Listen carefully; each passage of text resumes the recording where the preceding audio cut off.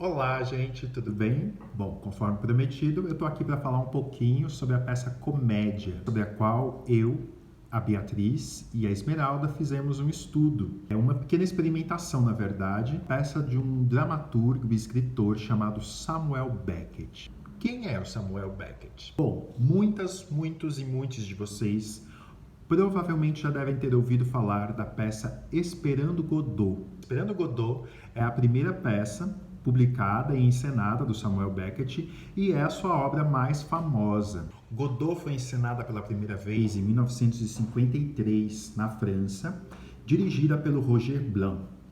Interessante que essa peça foi encenada no Brasil logo depois, em 1955, pelas mãos do Alfredo Mesquita, na Escola de Arte Dramática, a EAD. Então, o Brasil é um dos países que rapidamente encenou Esperando Godot, porque ela se tornou assim um fenômeno mundial. O Samuel Beckett, ele é um oceano para a gente mergulhar, né? Para estudar e para saber assim inúmeras coisas sobre a obra dele.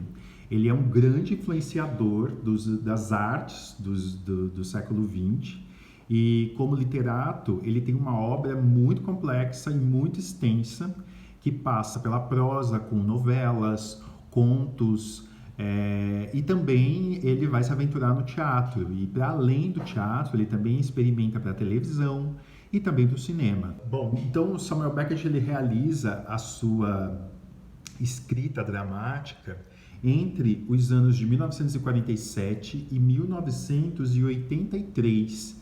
E ele é um dos que participa das grandes transformações que a dramaturgia ocidental sofre ao longo do século XX.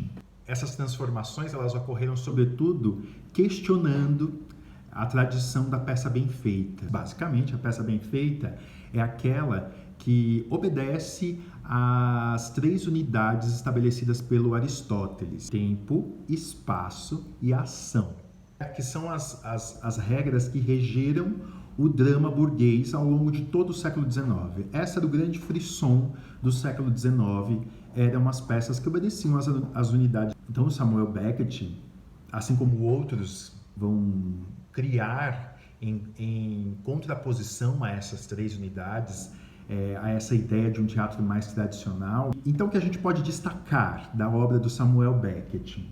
A presença de enredos ambíguos, o abandono da lógica das ações, o silêncio, a força da imagem e a exigência de uma interpretação que não seja naturalista, né? Que não tente reproduzir pessoas no palco tal como se elas estivessem na vida real.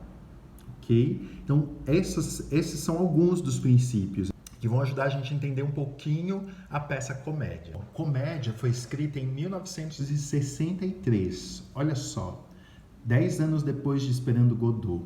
Segundo Gontarski, é a partir de Comédia que o Beckett se reinventa como um dramaturgo e redireciona toda a sua obra teatral.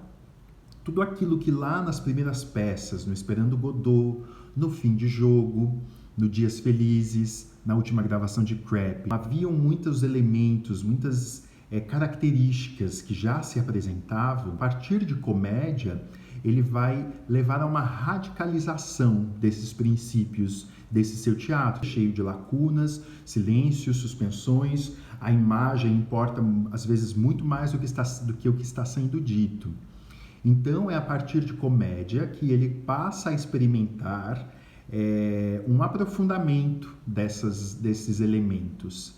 E a partir disso, ele começa a propor peças cada vez mais curtas, o que vai ser chamado de mesmo peças curtas ou dramaticules, acho que é em francês.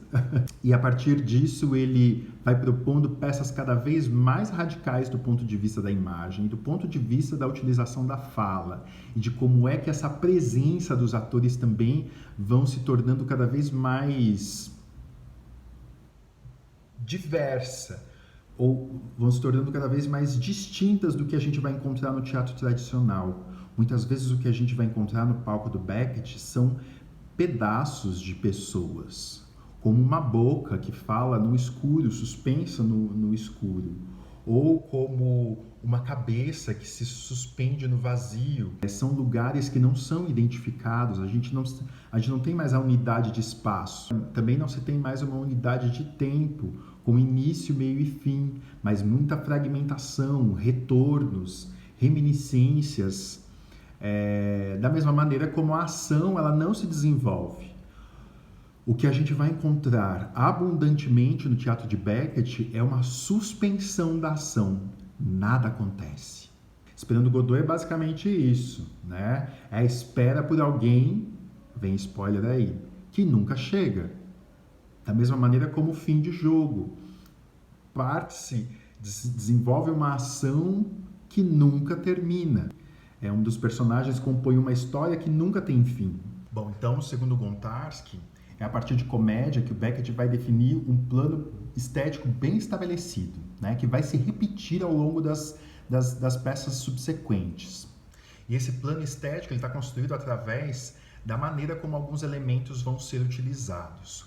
Por exemplo, a construção dramatúrgica, né, permeada aí por elipses, por silêncios, mas também com uma iluminação, o cenário, que se tornam cada vez mais semelhantes entre uma peça e outra.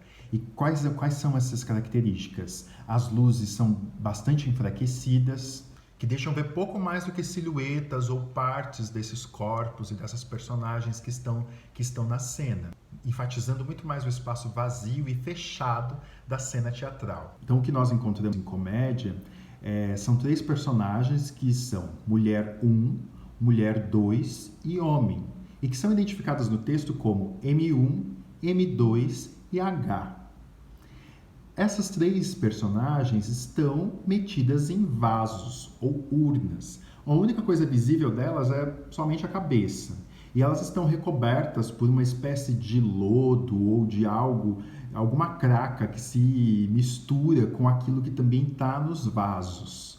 Né? Isso não é explicado jamais por que elas estão ali, porque elas estão nessa situação. O Beckett ele não explicava coisas sobre sua obra, coisas sobre sua peça. Ele dizia que a obra se explicava por si mesma. E o que não tivesse ali não tinha muita importância. Né? Todos os elementos já estavam ali. Como vocês podem ver na gravação que a gente fez, tem um momento que uma das personagens diz: nada é dito, nada é explicado, absolutamente nada. Então, não se sabe o que está se passando ali. No entanto, a maneira como a peça é encenada, é interpretada, é que vai causar um certo impacto e um certo tipo de experiência com a peça. Né? Porque o que se passa ali pode ser visto como um triângulo amoroso banal, mas a forma, a maneira como esse triângulo é dito e é enunciado por essas cabeças metidas em jarros, num lugar que não se sabe onde é, por que elas estão ali, é tudo isso que vai causar uma experiência no espectador. O que está estabelecido nas rubricas também é que essas cabeças só podem falar quando elas são iluminadas por um refletor. E esse refletor, ele passa abruptamente de uma cabeça para outra ao longo da peça. À medida que esse refletor sai da cabeça, ela para imediatamente de falar. E a cabeça que foi iluminada começa a sua fala. E isso é feito de uma maneira muito rápida, muito frenética, porque outra indicação dada também é que o texto deve ser dito de uma forma acelerada e com pouca intensidade, com pouco volume. E aí, exceto por esse movimento do spot, pelo movimento do refletor, não há qualquer outro movimento. Os corpos estão ali imóveis, as cabeças estão imóveis. Só bocas e refletor se movem. Então, olha a imobilidade, olha a força da imagem. Algumas leituras da peça dão a entender que esse refletor também pode ser um quarto personagem, porque ele está inquirindo essas cabeças, né? Ele que obriga elas a falarem e elas se sentem obrigadas a falar. A gente percebe isso ao longo do texto e elas vão falando sem saber exatamente o que elas têm que falar. E elas começam a se questionar sobre isso. Bom, então no próximo vídeo eu vou falar um pouquinho mais sobre as especificidades da atuação vocal e como é que isso virou a minha pesquisa de mestrado e de doutorado. Se vocês gostaram, por favor, curtam, comentem, compartilhem e também peço a vocês que deixem aí dúvidas. No próximo vídeo eu vou deixar sugestões de leituras para que vocês possam conhecer um pouco mais sobre o trabalho do Samuel Beckett.